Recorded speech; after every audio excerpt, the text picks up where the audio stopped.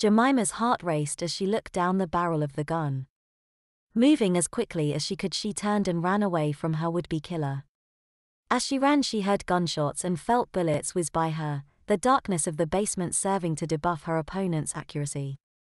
She heard the Hellion curse and start running after her. Jemima reached her destination and picked up the heavy wooden door, her energy-charged fists acting as a strength enhancement. As the Hellion approached her, she swung the door like a baseball bat at him, crushing his body and the door with its force.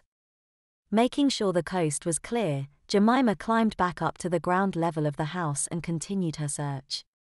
Her diaper hung heavily around her waist as she crept through the building. She knew she was quite wet, but she now realized she was also messy. Opening a nearby door, Jemima saw the painting she sought sitting on a bed by a window. Without thinking, she entered the room and walked to the bed. When she heard a creak behind her, she ducked quickly and felt something swipe the air over her head.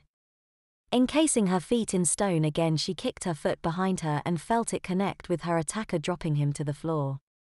Turning around, Jemima energy punched him in the face and knocking him through the wall behind. Hearing shouts from somewhere else in the house, Jemima quickly grabbed the painting and broke through the window and onto the fire escape. Carefully, so as not to wreck the painting, she climbed down to the street below and ran as fast as she could back to City Hall. After getting a much-needed diaper change in, Jemima made her way to Rich's office with the painting firmly in hand. "Back so soon?" Richie asked as Jemima laid the painting onto the desk in front of him. Jemima nodded and felt a swell of pride in her achievement. "Yes sir, safe and sound," she said. "Good work, Lynn," he told her and stepped around the desk and took her bracelet off for a moment. "And it looks like you moved up in security level too," he told her with a broad smile on his face. Jemima looked at the bracelet after it was replaced and saw that she now had level 2 security clearance. "Thank you very much, Mr. MacDonald," she said with a smile. "Thank you, Lynn. Oh, before I forget, here's the card of that trainer. Take the rest of the day off and tomorrow go see him first thing in the morning," he told her. After she got home, Jemima took a nice, long, hot bath.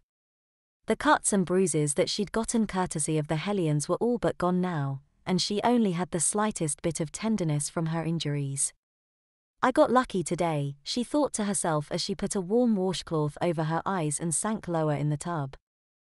"Fighting skills, schmiting skills," she thought with a smile and let the water wash away the tension of the day. Jemima stood outside of the Thorned Lotus dojo looking in the window at the fighters that were training inside. She checked the slip of paper she'd gotten from Richie MacDonald the day before. She stepped inside after double-checking that she was at the right place. "Hello.